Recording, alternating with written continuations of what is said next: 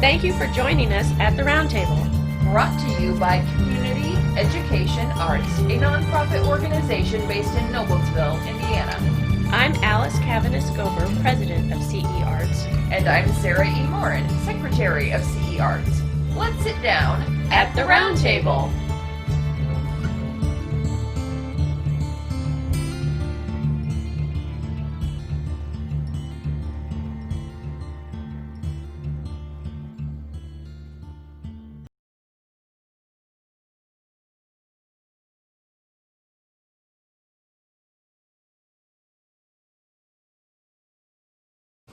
Joining me today at the Roundtable is Indianapolis artist Megan Jefferson. And before we even get started, I want to do a real quick shout out to your website, jeffersonartstudio.com, because I want people to be able to go to that and see a lot of your work and what you do. But go ahead and tell our wonderful folks out there a little bit about yourself, Megan. So I have been painting, I've been living and painting in Indianapolis for the past 19 years. I do hold a BFA in painting from Miami University in Ohio, and my husband is also an artist. He teaches at the Heron School of Art and Design here at IUPUI in Indianapolis, and so we moved here 19 years ago for him to take a position in the ceramics department, and ever since then I have been wearing a lot of hats. So I bet. I have continued to paint throughout that whole time, but I've also had 2 kids, and I have prioritized spending time with them and helping them with homeschooling things. Yeah. And so that took a lot of my time. And as different chapters in my life opened as my kids got older, I found that I had more time to devote to other things like work and artwork, which kind of went hand in hand and kind of were separate. So I've also done a lot of work in the arts administrative world and worked with lots of arts nonprofits, whether it looks like teaching for an arts nonprofit or actually doing some admin work. I was the grants director for one. I was a program director for another. I was a community arts mural director for a while as well. So you've done everything. I have worked in the art world, yes, my entire life. And the past 2 years, I've had more time to dedicate to building my art business, which has been a joy, and especially a joy here in Indianapolis. I have created large-scale murals around town and then also for private residents. So I've got my hands in a lot of work, but that's me in a nutshell. That's great. And it looks like you're in your studio right now. Am I correct there? Yeah, so I have a studio at the Harrison Center for the Arts, which is downtown Indianapolis. There are about 30 or so other artists also who have studio spaces here, and we have 5 galleries. And every first Friday of every month, we host, since COVID has happened, it's kind of shifted, and there's been some times where we haven't had First Fridays, but we are back to open for First Fridays with social distancing and masking. And so every first Friday we're open from 5 to 9, and you can wander through the studios and the galleries to see what everybody's up to. But while I'm here, I just thought that I could give you a quick tour of my studio. So I am primarily an oil painter, and behind me you'll see some landscapes and some pieces that I've been working on. Okay. I have a plethora of different kinds of work. These are resin pieces behind me here. Okay. And then I have my wall behind me that is full of different murals that I've created. Wow, that's a lot of murals. There's a lot of murals. I have my painting station, so all of my paints in my easel. And then I also am a watercolorist. So these pieces are all watercolors. Oh, those are beautiful. Yeah. I have been teaching online Zoom classes for watercolor too, and I recently got them printed on t-shirts, and I'm wearing one, so I'll just show you real quick. You can see it. Beautiful, beautiful. Yeah. Well, I want to tell everybody, especially if you are listening to the podcast and haven't checked the YouTube yet for the video, but We will have you. You sent me some wonderful, good quality, high res images of some of your work, and one of those will go on the website with the podcast, and the other ones will be incorporated into the video that we put on YouTube. So I want everybody to know that your work will be visible, not just with the walking around tour, which is great, but to see a little bit more up close and everything, so that people can see what you do, which is lovely, very lovely. You're so talented. I have to, and gone to school for art and everything, and had your entire adult life has been involved in the arts and as an artist and as an administrator and everything. And I wanted to ask, when did you first know that art was your destiny? Well, I think about that because I've been asked that before. Yeah. And I think it is a path that unfolded, but it was a path that was calling to me, and I listened to it from a fairly early age. So when I was in high school, my family moved to a different town, and I didn't know anyone there. It was far away from the hometown that I had grown up in. Um, it was a hard transition for me, but they had offered some amazing art classes. And so I signed up for all of the art classes that I could because I really liked the teacher and I liked the process of creating, which I had never really put my all into before, or maybe I just didn't have the time or the The I don't know. structure, maybe the structure in which to do that. Yeah. Yeah, I think too, I was always a really good student in school, which had a lot to do with my ability to memorize and take tests and complete, I think, tests and classes pretty easily. Yeah. And so it was always kind of an expectation that if you were good at school, that your path would more likely look like going to school to be a doctor or a lawyer Right. than it would be an artist. Mhm. And so I think I spent a lot of time focusing on academics and not on art. But then when I needed it, when I was having a hard time in this new place, it was what gave me solace and a place to escape to. And I found that I really, really loved that. However, I went to school. I got into Miami and some other places and landed on Miami. And my major was pre-med. Mm. So I was planning on being a doctor, Yeah. going to medical school. It was my plan pretty much always. And I thought that's what I wanted to do. And I was sitting in the large lecture hall at orientation, hearing about all the science classes that I was going to have to take, which were organic chemistry, um, molecular biology.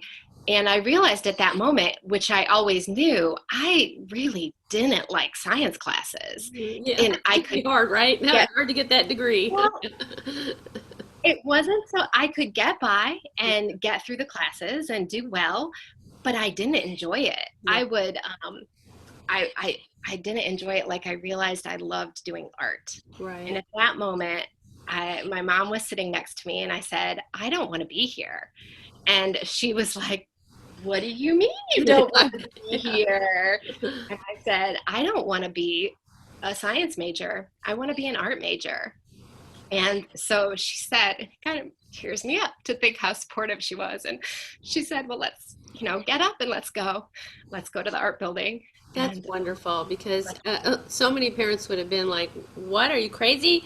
No, you have to stick to the course," yeah, and that she was supportive and saw that, your talents and your deep need to create was more important and something that you needed to do is really wonderful. So kudos to mom, right? yeah, exactly. Yeah.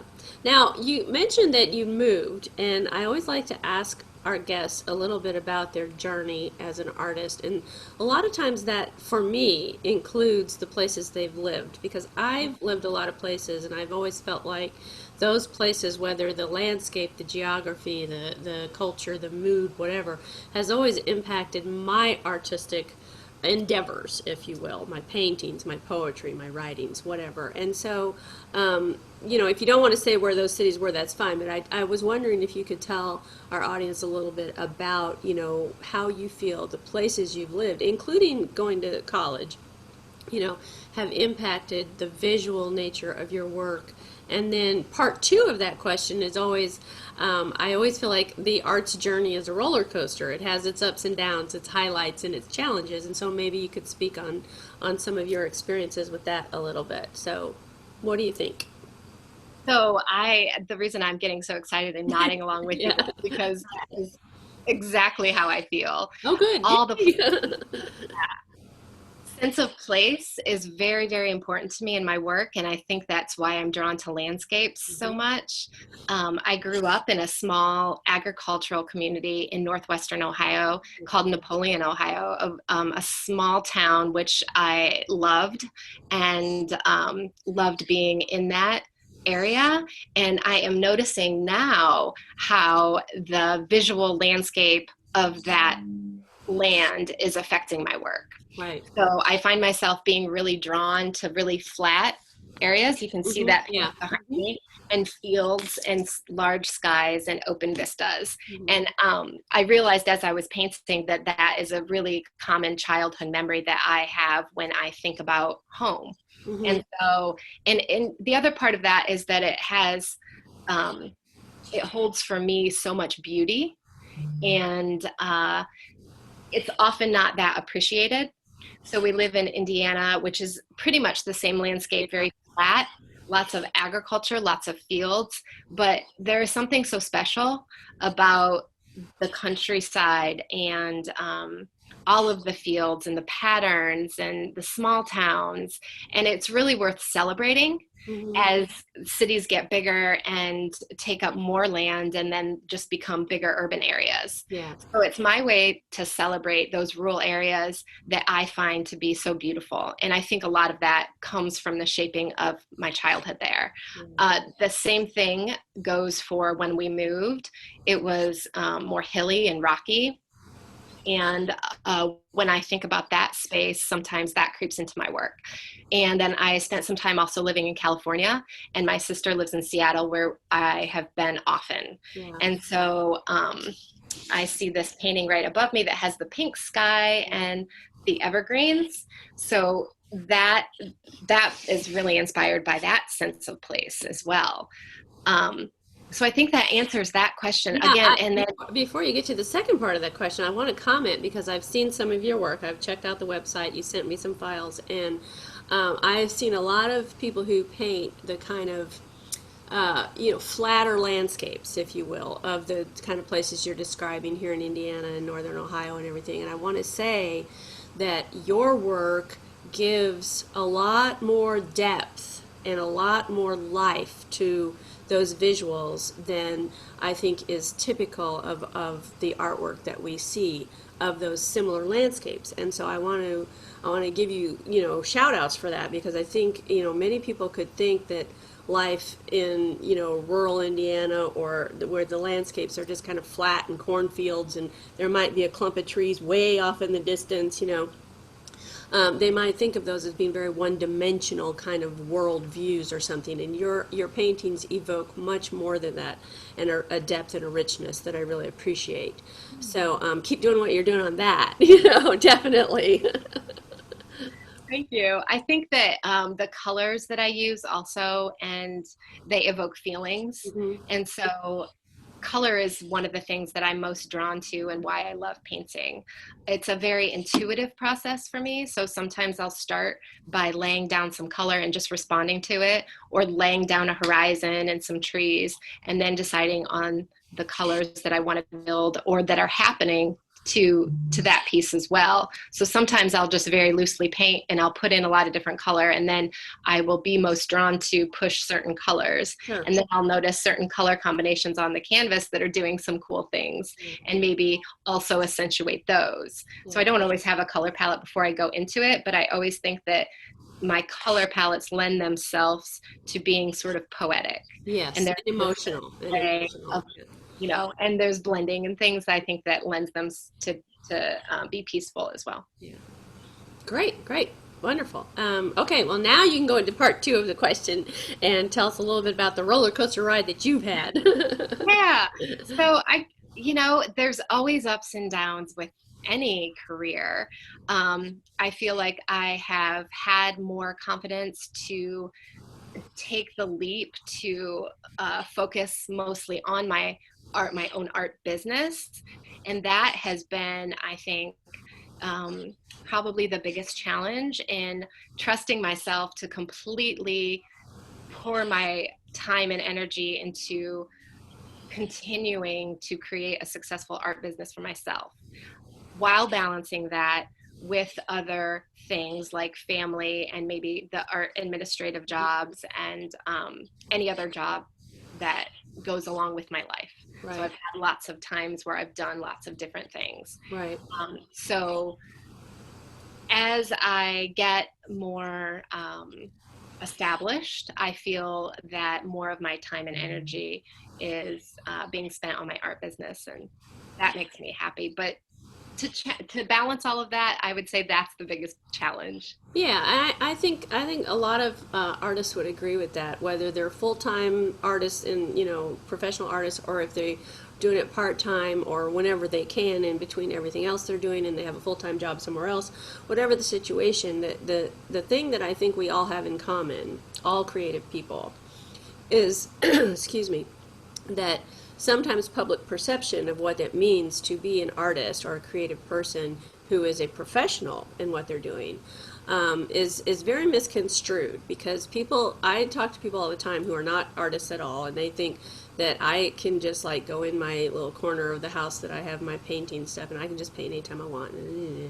And what they don't realize is that you have to, just like if you were going to a job in physical, clocking in, clocking out, you have to structure time to be that creative person. And, just as you would go to a job and get your mindset into work mode, you got to do the same thing when you're creating, whether you're writing, painting, music, whatever it is. There's a structure to it. There's a discipline, self-discipline, and to take yourself seriously enough to do that, and yet not take yourself so seriously that you're like, ooh, I'm an artist, you know. You know what I mean? I mean, there is a kind of there's a challenge with that, and I think that you're meeting that challenge really well, because you have all those structures and compartments of your life. You're organized, and you're doing all that, and you have your creative space, and all that's very important to have. So I feel like you are in a good place to continue what you're doing, despite of the fact that we're sitting in the middle of a pandemic, of global proportions and astronomical case numbers and stuff in the United States. And which kind of leads me to ask, I mean, you mentioned before, having some adjustments with COVID-19, but as an artist, how are you finding COVID-19 since, let's say, March, and what kind of adjustments are you making with the situation? Yeah. So I think that when it first happened, like everyone, we weren't quite sure what was going to happen, Right. and things got really quiet and calm and slow. Hmm. And there was a pause. There was like a collective pause. Hmm. And during that time, it was actually a great creative time for me, because I had a lot of time to paint. Hmm. So I was doing a lot of watercolor exploration and a lot of, sometimes I have commissions that I have to complete. So I'm focusing on a piece that has a very specific outcome. Sure. Hmm. During the beginning of COVID, with all of that time, I was able to just create my own work Hmm. at the pace that I wanted to create it, which was actually really, really nice, and set me up to be very grounded in knowing what I wanted to be making. Yeah, that's I good. will Yeah. say that it ended up being very, very good for me on a creative level. And then when I realized that there wasn't going to be an opportunity to showcase work in public as much, because I do art fairs, and the Sure. Broadwell Art Fair was canceled, the Penrod Art Fair was canceled. I've done the Penrod Art Fair for 15 years, and it's always been one of my most successful times of year. So in terms of a financial standpoint, from a business standpoint, it's a big chunk Yeah. of the year that I knew I was going to be without. Right. And so I started to look at other opportunities using the technology that we have. And so, in partnership with the Da Vinci Pursuit, which is a nonprofit arts organization here in Indianapolis that focuses on community, Mhm. science, and art, and Yeah. all of those in whatever combination, I have been teaching online Zoom classes. Well, that's great. I know the Da Vinci, so that's great. That's a great organization. That's so great. Yeah, Is that what you're doing with your watercolors, with your flowers? yeah. Yeah, because those are so beautiful and they look so detailed and everything. Thank you. Yeah, it was a pivot, and it was one that turned out to be a good move. I had to learn, how to set up for a live demonstration and learn the technology and kind of go through some trial and error with cameras and Yeah, find the best process for that, yeah. which is a whole, it's another level of learning. Um, and I also got to blend my new interest in herbal medicines, herbal edibles, and medicine making um, with my love of watercolor. So I have been on a wellness journey for the past few years and have been using a lot of herbs and have been learning how to identify them and how to prepare them for use. And so I incorporated a lot of that into my Zoom classes, which was really fun. That's And wonderful. then Yeah. yeah, and I'm also a muralist.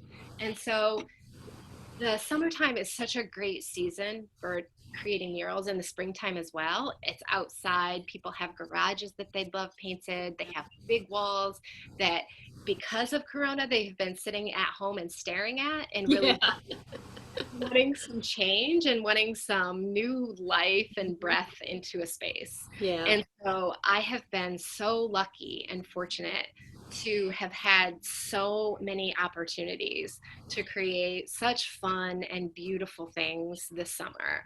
I would say the bulk of my business this summer has been from creating murals and then also teaching. Oh, that's wonderful. I'm so happy to hear that.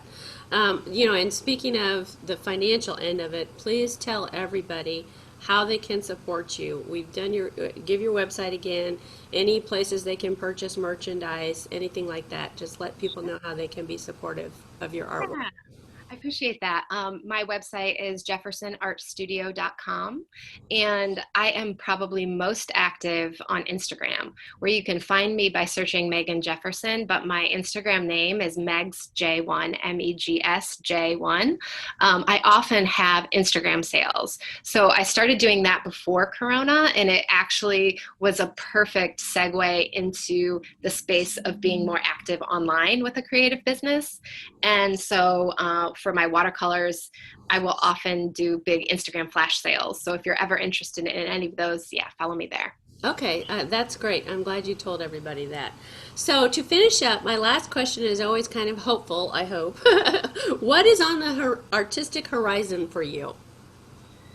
I am going to continue doing what I'm doing, and I have some exhibitions lined up, pieces and exhibitions. I currently have a solo show up at the Indianapolis Art Center. And Yay! thank you. And it is a gorgeous show. It has 40 different local artists and their work that revolve around plants. And so the whole show is called Into the Garden, and my solo show is called Plant Path. And it's beautiful. Oh, it So sounds I'm wonderful. excited about that current project. I will be creating an installation for the first Friday here in September outside, and it will be some sort of design spaced 6 feet apart to give people a visual understanding of what 6 feet apart looks like. So it can be, something that people pay attention to. That's And great. That's wonderful. I love all your projects and everything you're doing. I thank you so much for being with us today, with us, me, here at the Round Table, me and my furry little friends, I really thank you for coming on the podcast and talking to us. I'm just so excited to meet you sort of in person, virtually as it were, and I look forward to the day where I can go back out amongst the world and see things in person. I'm yeah, quarantined because of my previous my existing health problem, so I won't be going out to any exhibits or anything. But I encourage everybody listening, I encourage to go to the exhibits and contact you and see how they can support you and what you're doing. And thank you so much for coming on and having this conversation today. thank you for having me. It was fun. Yay!